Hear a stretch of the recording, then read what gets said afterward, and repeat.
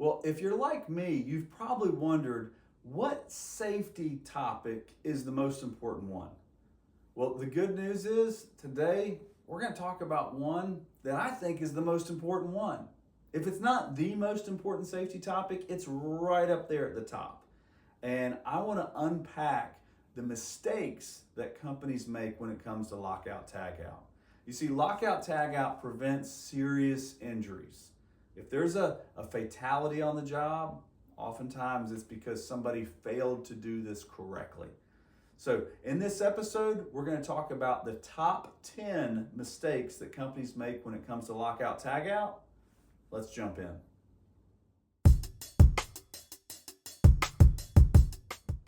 Well, hey friend, David Sawyer here. Like I said, I'm excited. We're going to talk about lockout tagout mistakes, but I want to tell you I have updated my new OSHA audit checklist. And this checklist, if you've already downloaded it in the past, this is a great tool, and I have updated it. I've included more information. I feel like it's easier to understand, and all you have to do is go to my website, helpwithosha.com, and you can access a free OSHA audit checklist. Now, this includes two parts. One, it helps you prepare your team for an unexpected audit if you've never had one. If you're in the middle of an audit or if you're going through an audit right now, this checklist also explains how to respond to OSHA after they leave the building.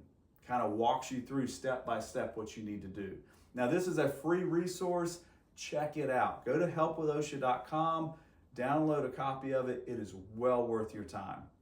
Now, having said that, let's jump right into the episode. Lockout tagout mistakes. These are things that I've seen firsthand cause accidents. So the very first one on the list, no written machine-specific procedures. Why would you need a machine-specific lockout procedure? Well, every machine's different. I remember one of the first times I was going through lockout tagout, I asked the instructor, right? I said, I don't understand, why doesn't the company that makes the machine provide the lockout procedure? And the instructor kind of looked at me like I was crazy, and he said, because everybody installs machines differently. And I thought, I hadn't thought about that.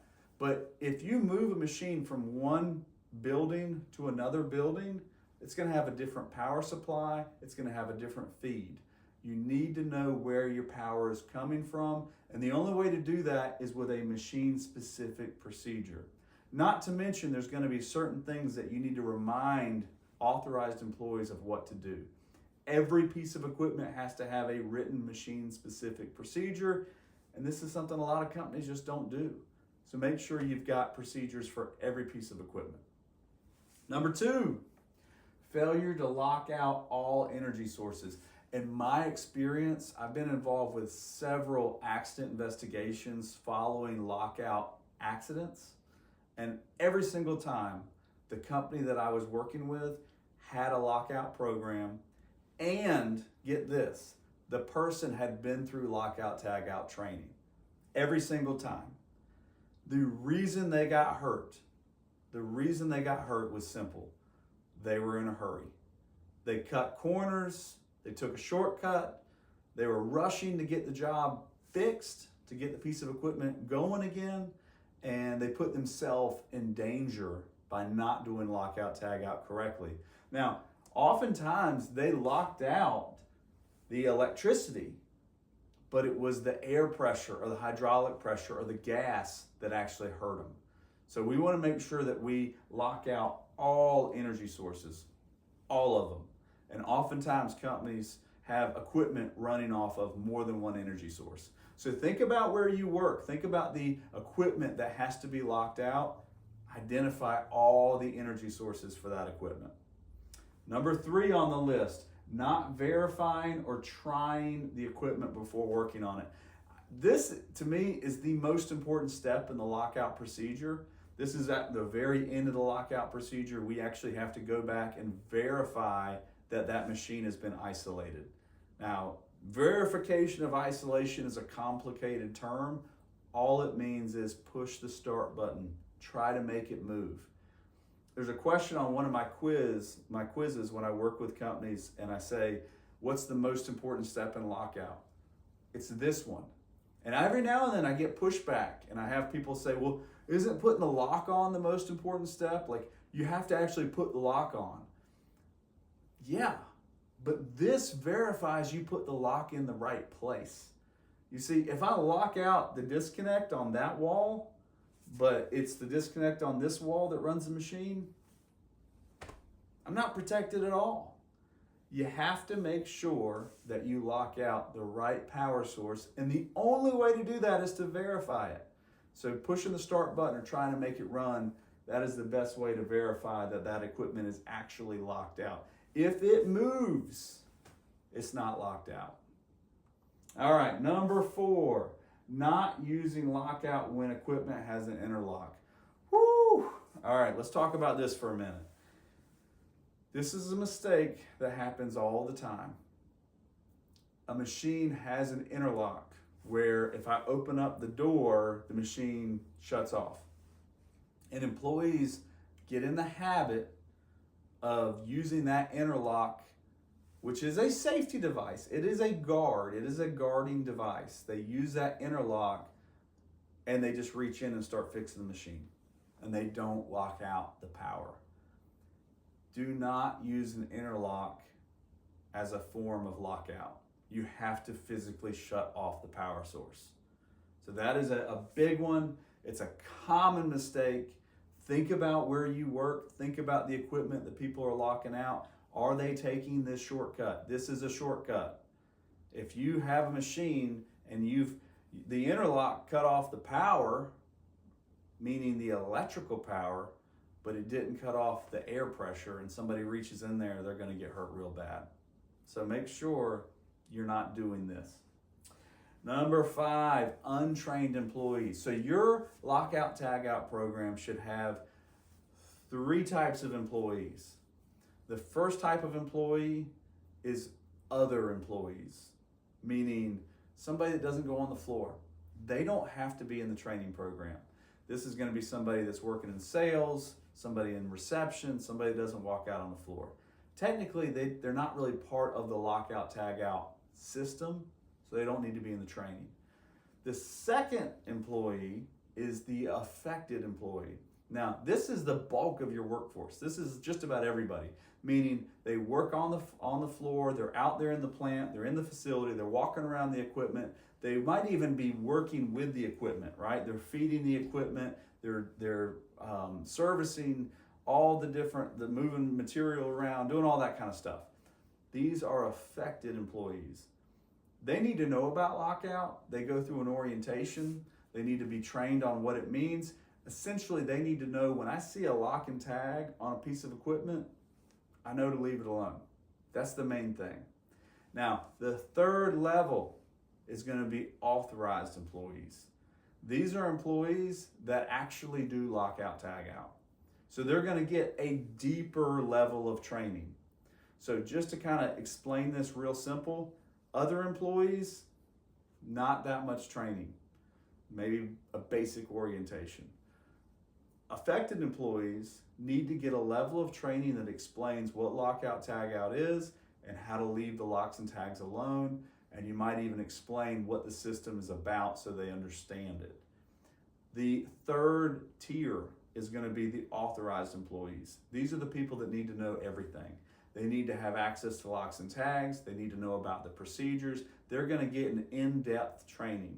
Typically, training is done every year, but the standard, OSHA standard 1910-147 talks about how the training is going to be done when there's a change in procedure, a change in equipment, or a change in personnel. So keep that in mind.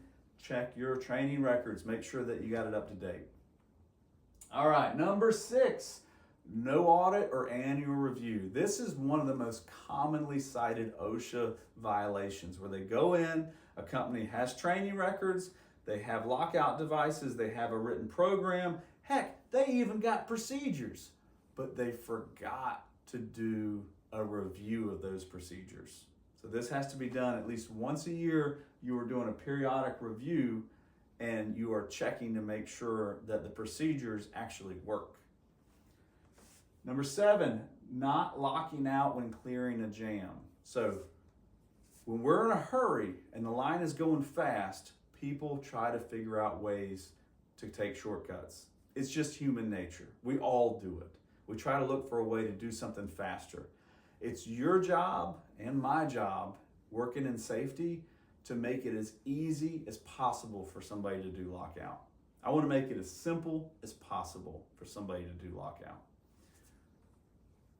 Poor communication between maintenance and production. Lockout tagout is all about communication. So we got to have good communication between the people doing the lockout and then the people that are waiting, the affected workers that are in production. Boy, they're just sitting around there going, man, we got to go, we got to go, we got to go, we got to go. There needs to be clear communication. So when you lock out a piece of equipment, the first thing you do is you notify the people in the area, hey, we're getting ready to lock this out. It's going to be out of commission for a while. When you put a lock and tag on the power sources, that communicates with a written tag who locked it out. Sometimes it even has an estimated completion date on the tag. And then when we get done, what's the last thing you do? You take the tag and the locks off and you say, all right, guys, we're all done with lockout. So you tell them at the beginning, you tell them with the tag, and you tell them at the end. We want to have good communication between everybody on the floor. Number 9, not completely filling out the tag. I mentioned earlier this was an OSHA specialty. This one is too. You have to fill out the tag. I'll give you a little hint, a hack, a safety tip. As a safety manager, you can purchase the tags that fit your company best. What do I mean by that? Don't buy a tag that requires you to fill out 6 different things. Because if the tag requires it, then it has to be done.